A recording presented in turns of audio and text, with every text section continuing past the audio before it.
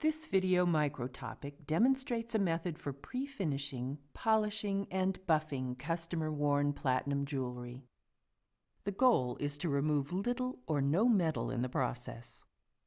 After cleaning, inspecting, and noting damage, burnish the ring and tighten any stones if necessary. See the Platinum Burnishing Techniques microtopic for burnishing details.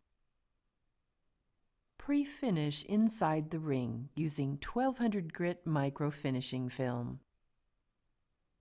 On the outside surface, use progressively finer abrasive sticks of 400, 600, and 1200 grit to pre-finish after burnishing.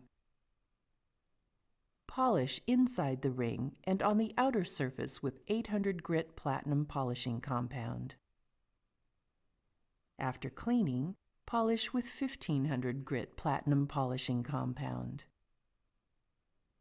Clean again and buff with 4000, 6000, and then 8000 grit buffing compounds. After cleaning and final inspection, the ring is ready to return to your customer.